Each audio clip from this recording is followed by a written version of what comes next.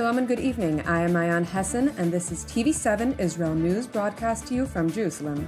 In today's top stories, Israel deepens its operational achievements in the Gaza Strip, including in the border town of Rafah. The Biden administration rejects the notion of sanctioning the International Criminal Court over the prosecutor's breach of the ICC's mandate. U.S. representatives pledged to work for bipartisan support to hold the ICC and ICJ accountable. The IDF is successfully advancing in the Gazan border town of Rafah, striking the last functioning Hamas brigade in a concise and deliberate operation. During a televised briefing to the press, IDF spokesman Rear Admiral Daniel Hagari announced that the IDF forces have now achieved full control of the Philadelphia corridor, which is the enclave's borderline with Egypt, from which Hamas maintains its operational lifeline.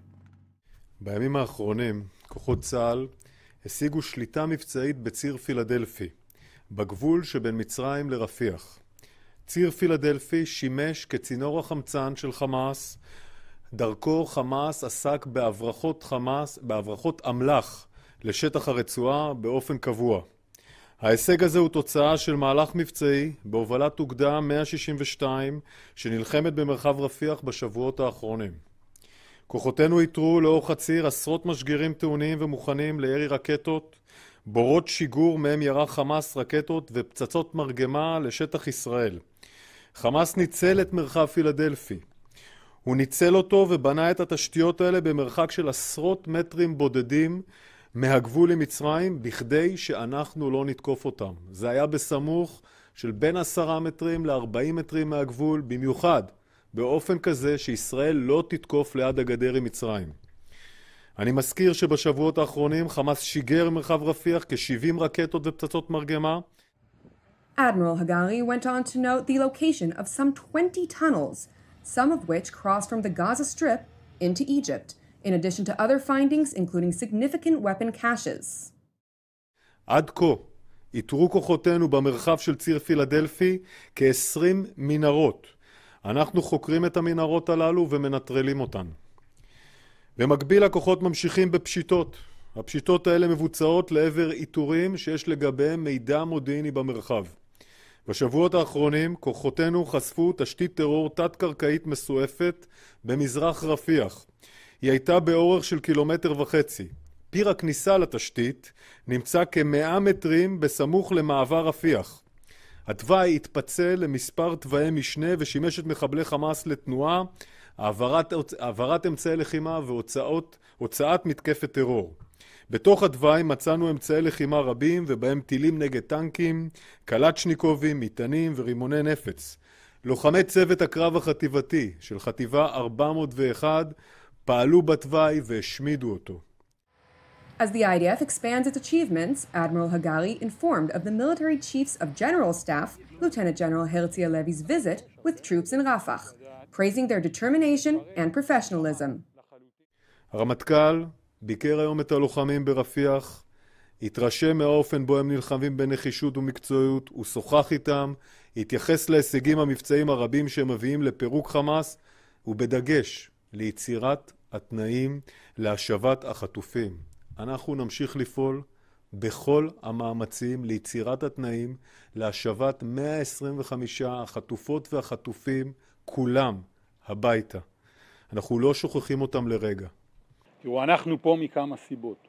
אחד, זו החטיבה האחרונה שנשארה עם כל היכולות מלא, ולכן אנחנו רוצים לפרק את חטיבת רפיח, אבל אנחנו נעמיק את ההישג ואנחנו נביא את חמאס למקומות מאוד נמוכים. זה דורש הרבה מאוד מקצועיות, זה דורש הרבה מאוד נחישות, זה דורש הרבה מאוד ערכיות לדעת שלפרק את חמאס לחלוטין זו משימה לאומית של מדינת ישראל. אני מאוד מאוד מתרשם, יוצא מפה עם הרגשה שיש כאן עשייה מאוד מאוד מקצועית, מאוד איכותית, יש כאן למידה, זה דבר מאוד מאוד חשוב, אתם מתקדמים, יש כאן הישגים מאוד גבוהים.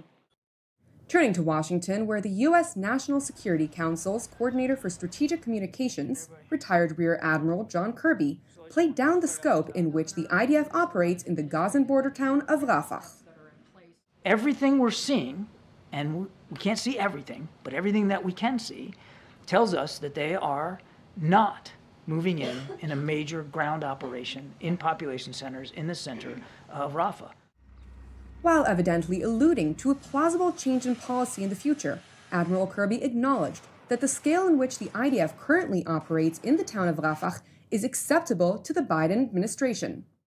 And just want to make this very clear between what's happened on Sunday, what's happened in terms of the ongoing ground operations since. There's nothing that you have seen thus far that would prompt a U.S. withdrawal of more military assistance. I believe that's what I've been saying here. Okay, cool.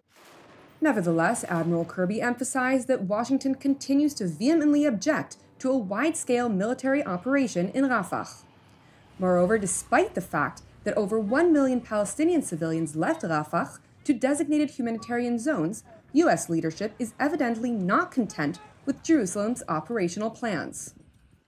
We still don't believe that a major ground operation in Rafah is warranted. We still don't want to see the Israelis, as we say, smash into Rafah with large units over large pieces of territory.